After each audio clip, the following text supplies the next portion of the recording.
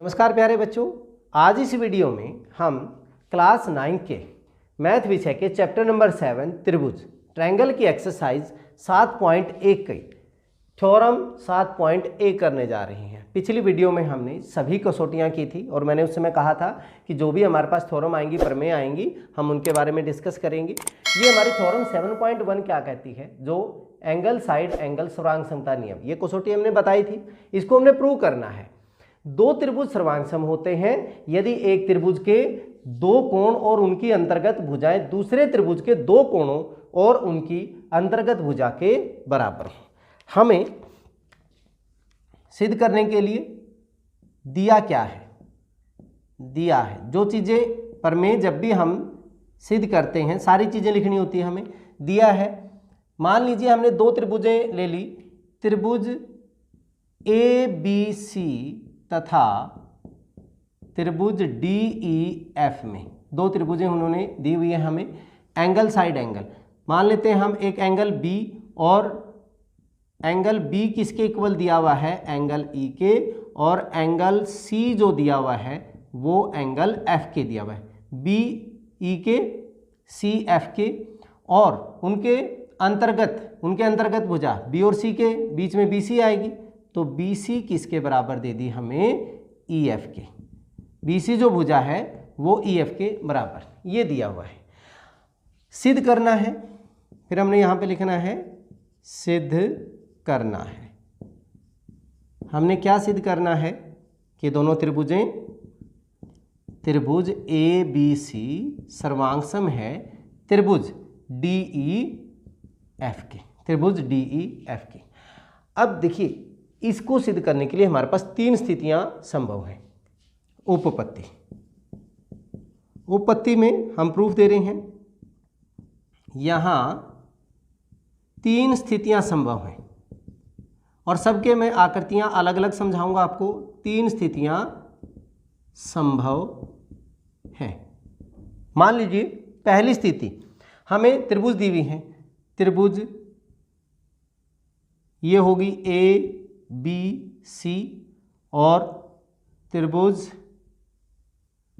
D E F. पहली स्थिति में अच्छा दिया क्या हुआ है, कोण बी कोण ई के बराबर दिया हुआ है, कोण सी कोण एफ के बराबर दिया हुआ है, और बी सी जो है वो भुजा ई एफ के बराबर। ये चीज़ तो हमें दी हुई है। पहली स्थिति संभव हो सकती है कि ए बी जो है ये भुजा इसके बराबर हो, ठीक है। पहली स्थिति में हम पहली स्थिति के जब ए बी बराबर डी ई हो, पहली सिचुएशन देखिए, त्रिभुजें हमारे पास, ये भुजा इसके बराबर भी हो सकती है, इससे कम भी हो सकती है, इससे ज़्यादा भी हो सकती है, ठीक है। तो तीनों स्थितियां लेके हमने प्रूव करना पड़ेगा। जब ए बी बराबर डी ई, तो हमारे पास देखिए त्रिभुज ए बी सी तथा त्रिभुज डी ई एफ में हमारे पास ए बी किसके बराबर, ए बी किसके बराबर हो गया, डी ई के। ये हमने किससे है माना है या कल्पना से है, हमने एज्यूम किया है कि जब ए बी डी के बराबर हो। बी सी किसके बराबर है, बी सी बराबर है ई एफ के, ये हमें दिया हुआ है, बी सी बराबर है ई एफ, ये हमें दिया है।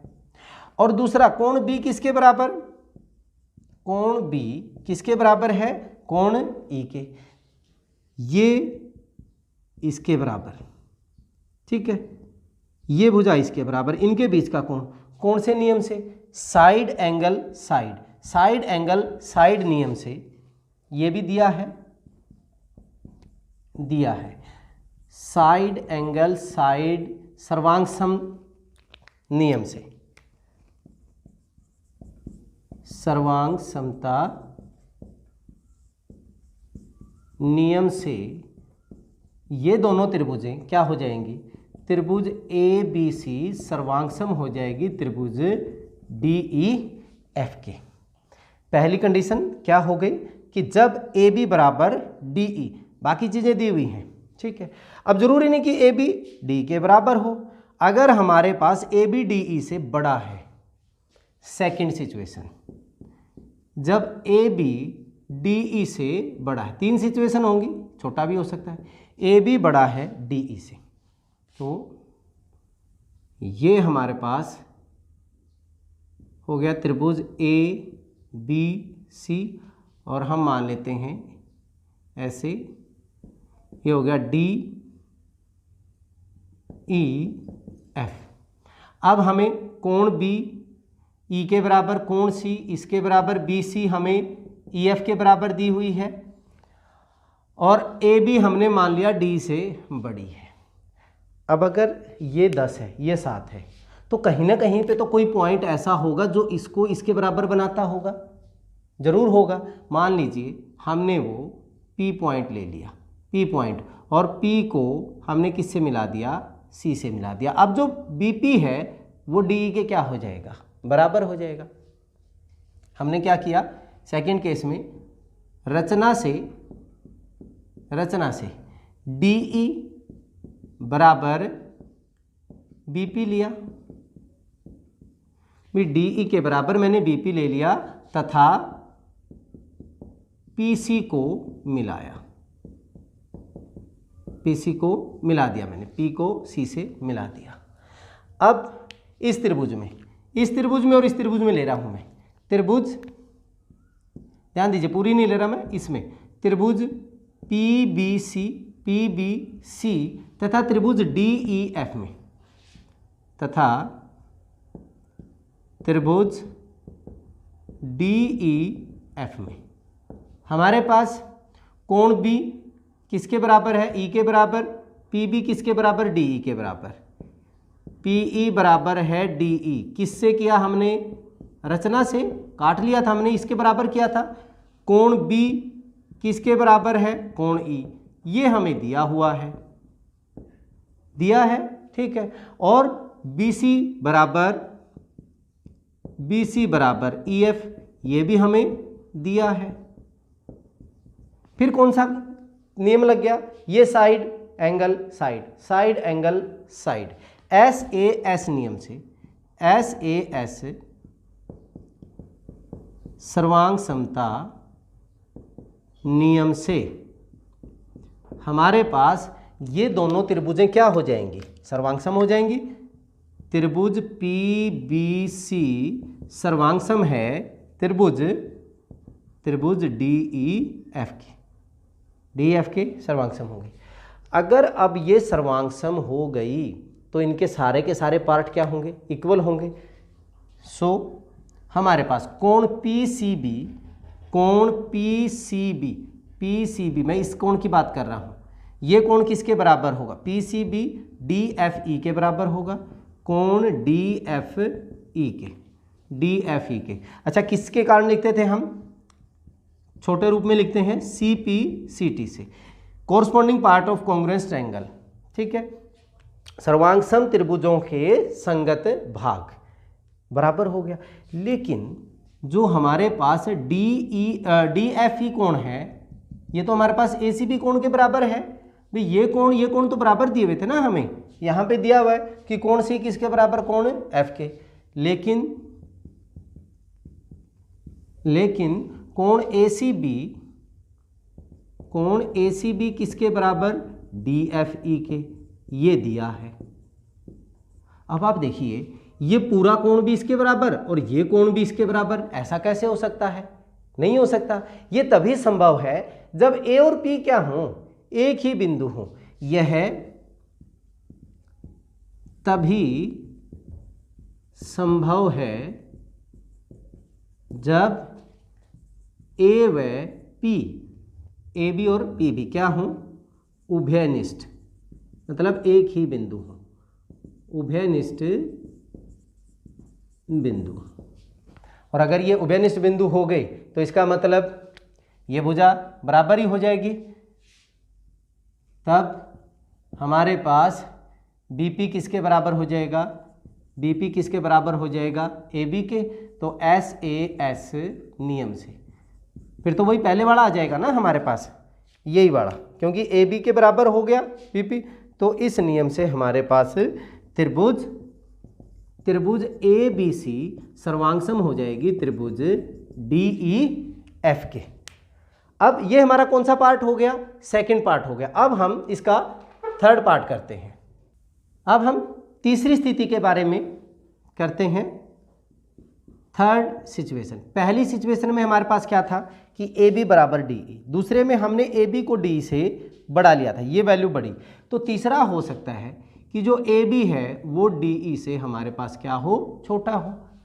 मान लीजिए हमारे पास आकृति बना लेते हैं हम यहाँ पे, ये हमारा ए बी सी है और ये हमारा डी ई एफ त्रिभुज है। ए बी जो है डी से छोटा है तीसरी सिचुएशन में, लेकिन कोण बी वो तो दिया ही हुआ हमें ई के बराबर, कोण सी जो है वो कोण एफ के बराबर है और बी सी जो है वो ई एफ के बराबर दिया है। पहले की तरह जैसे दूसरी सिचुएशन में हमने किया था, अगर ए बी इससे छोटा है तो क्या होगा, इसके बराबर भी तो कोई ना कोई पॉइंट होगा। मान लीजिए हमने क्या पॉइंट ले लिया, पी, अब की बार यहाँ पे ले लिया।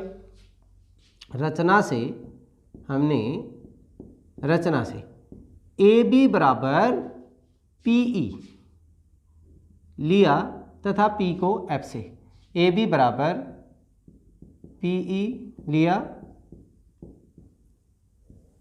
तथा पी एफ को मिलाया, इन दोनों को हमने मिला दिया। अब इन दोनों त्रिभुजों से लेते हैं हम त्रिभुज ए बी सी तथा त्रिभुज पी ई एफ में, त्रिभुज पी ई एफ में, इस त्रिभुज में और इस त्रिभुज में ले रहे हैं हम। क्या होगा हमारे पास, कोण बी किसके बराबर है, कोण ई के, ये तो हमें दिया ही है। रचना से ये बराबर हो गया, ए बी किसके बराबर हो गया, पी ई के, भुजा है पी के, ये हमने रचना से। और बी सी किसके बराबर, बी सी बराबर ई एफ के, ये भी हमें दिया है। देखिए भुजा कोण भुजा, भुजा कोण भुजा, इससे क्या हो गई है, एस ए एस नियम से, एस ए एस सर्वांग समता से, सर्वांग सम नियम से त्रिभुज ए बी सी सर्वांग सम हो गया त्रिभुज पी ई एफ के। और अगर ये दोनों त्रिभुजें सर्वांग सम होंगी तो इनके सारे जो पार्ट हैं, जो भाग हैं, वो क्या हो जाएंगे, बराबर हो जाएंगे। तो कोण ए सी बी पहले की तरह पी एफ ई के बराबर हो जाएगा, कोण पी एफ ई के, किससे लिखते थे हम, सी पी सी टी से, corresponding part of congruence triangle, सर्वांग सम त्रिभुजों के संगत भाग। लेकिन जो कोण ए सी बी था, कोण ए सी बी, जो कोण सी था वो किसके बराबर, पूरे एफ के बराबर था, मतलब डी एफ ई, कोण डी एफ ई।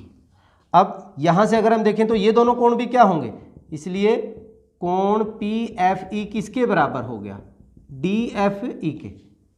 कोण P F E D F E के कब बराबर हो सकता है, जब पी और डी आपस में क्या हो, एक दूसरे के ऊपर हो। यह तभी संभव